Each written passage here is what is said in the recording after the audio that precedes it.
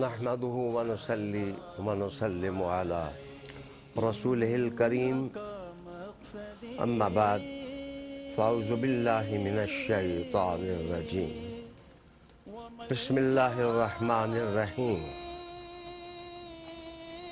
إنا أعطيناك الكوثر فصل لربك وانحر إن شانئك هو الأبتر۔ ناظرین کرام، آج ہم رسول کریم صلی اللہ علیہ وآلہ وسلم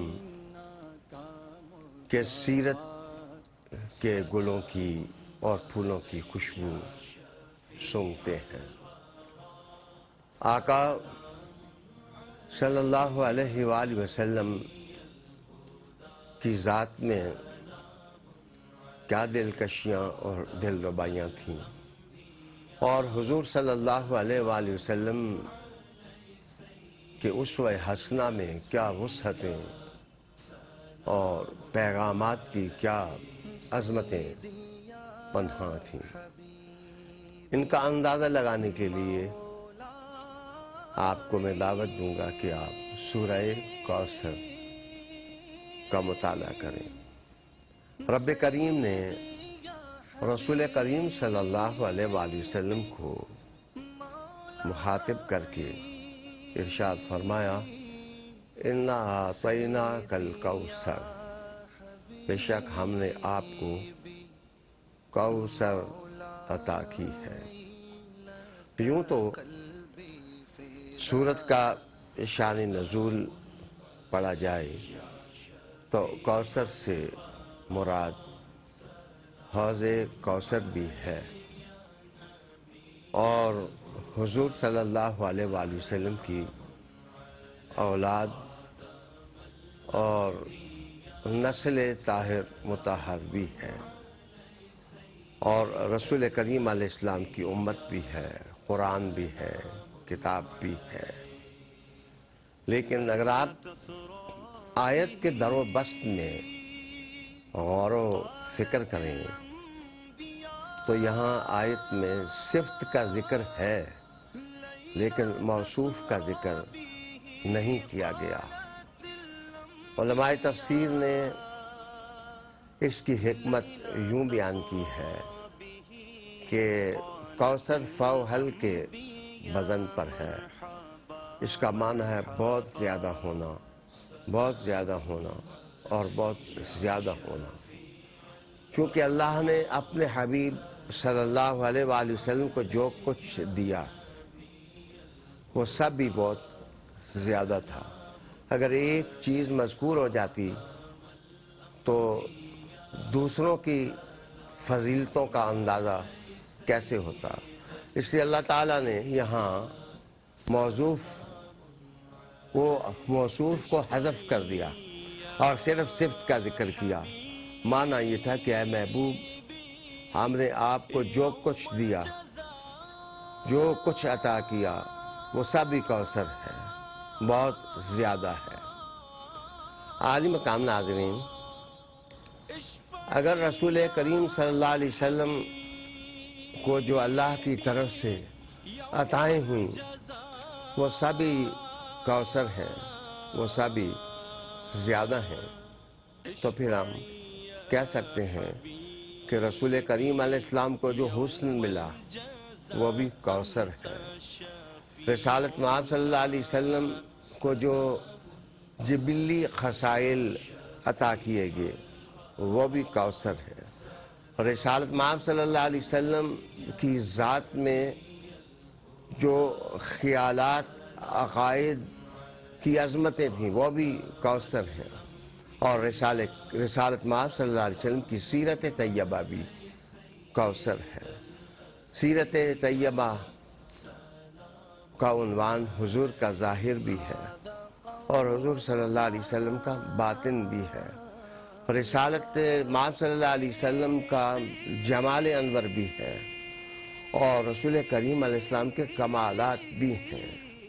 آپ کا سفر، آپ کا حضر، آپ کی عبادت، آپ کی ریاضت، آپ کی تسبیحات، آپ کی تحمیدات، آپ کی تلاوتیں، آپ کی راتیں، آپ کے دن، آپ کی ازواجی زندگی، عائلی زندگی، اجتماعی زندگی، تہذیبی زندگی، تمدنی زندگی، الغرض جو بھی رسول کریم علیہ السلام کی سیرت میں آتا ہے، رب کریم نے کہا کہ وہ کوثر ہے، وہ تھوڑا نہیں ہے، وہ بہت زیادہ ہے۔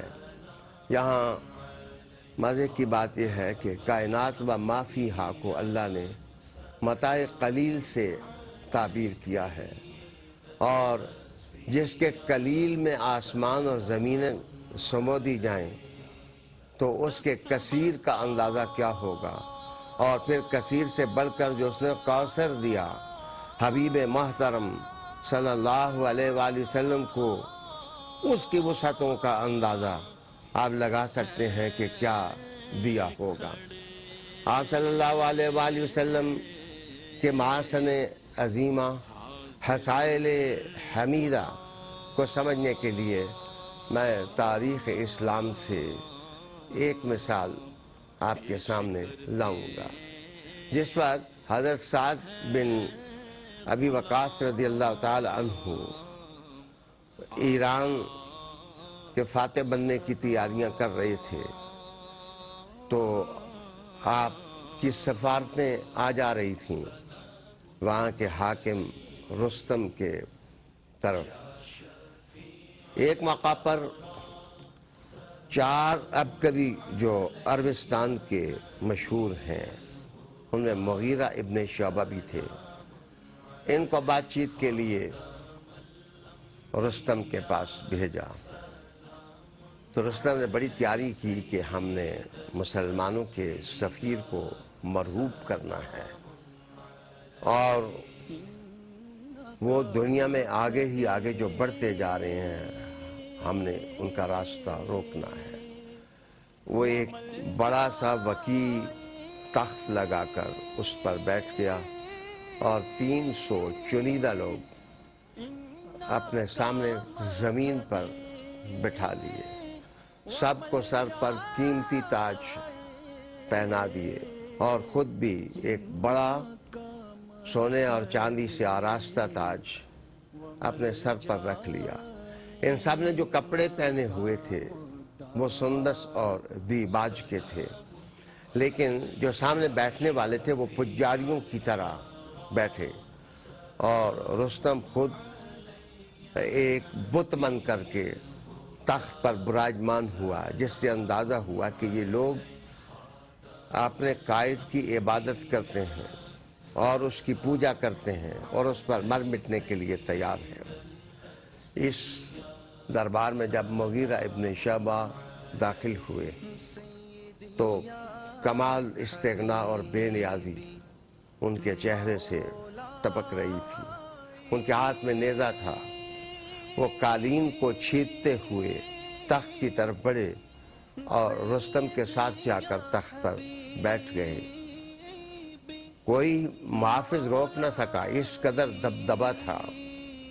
تو جب خیال آیا کہ یہ تو ہمارے قائد کا ہم رکاب ہو گیا ہے، اس کے ساتھ ہم نشیں ہو گیا ہے، تو پکڑ کر جھنجھوڑا اور نیچے بٹھانے کی کوشش کی تو آپ نے نیزے سے قالین کو پلٹا دیا اور خود ننگی زمین پر بیٹھ گئے، اور آپس میں گفتگو شروع ہوئی۔ تو شروع ہونے کے بعد بادشاہ نے مغیرہ ابن شعبہ کو کہا کہ تم لوگ حقیر ہو، مفلس ہو، بے قیمت ہو، صحرائی زندگی گزارنے والے ہو، تمہیں بیٹھنے اٹھنے کا سلیقہ نہیں ہے، بھوک نے تمہارے اندر اچھی قدریں پیدا نہیں ہونے دی ہیں، تم یہ ہو اور وہ ہو۔ مغیرہ ابن شعبہ نے جس وقت اپنی زبان واقعی تو رسالت مآب صلی اللہ علیہ وسلم کی سیرت آپ کے سامنے آئے گی۔ انہوں نے کہا کہ تم بے شک صحیح کہتے ہو کہ یہ سب کچھ اس وقت تھا جب تک حضرت محمد صلی اللہ علیہ وسلم ہم میں تشریف فرما نہیں ہوئے تھے۔ جب سے وہ آئے ہیں انہوں نے ہمیں مساوات دی ہے، وہ ہمارے اندر گھل مل کر بیٹھتے ہیں، ہم ان کے ساتھ بیٹھتے ہیں۔ ان کے اخلاق عالیہ نے ہمارے لیل و نہار کو بدل دیا ہے، اور انہوں نے ہمارے دلوں کو جوڑ کر کے ایک متحد امت بنا دیا ہے۔ اب وہ باتیں، وہ آپ کا انداز جو پجاریوں والا ہے اور تم معبود بن کر بیٹھے ہو، یہ ہماری نگاہ میں کھٹکتا ہے۔ اب ہم ایک اللہ کو مانتے ہیں۔ رستم نے کہا کہ تم بھوکے لوگوں خچرے لے جاؤ، تم مجھ سے تحفے لے جاؤ، میں گوداموں کے گودام تمہارے لیے کھجوروں کے خالی کر دوں گا۔ انہوں نے کہا کہ زیادہ بات نہ کرو، جس طرح تم سونے چاندی سے بندھے ہو، ہمارے دل خدا کی بندگی سے بندھے ہوئے ہیں، اور یہ صفات ہم میں حضرت محمد صلی اللہ علیہ وآلہ وسلم کی توجہ سے ہمارے اندر آئے ہیں۔ ہمارے آقا صلی اللہ علیہ وسلم تمہاری طرح تاج نہیں پہنتے، وہ زمین پر بیٹھتے ہیں اور سر پر عمامہ رکھتے ہیں، لیکن ان کی شخصی وجاہت، ان کا اخلاق، ان کا ظاہری حسن، ان کا باطنی حسن اگر تم دیکھ لو تو تاج پھینک کر کے تم حضرت محمد صلی اللہ علیہ وسلم کے قدموں میں آ جاؤ۔ مغیرہ ابن شعبہ نے حضور کی سیرت کا نقشہ بعد کے زمانے میں یوں کھینچا۔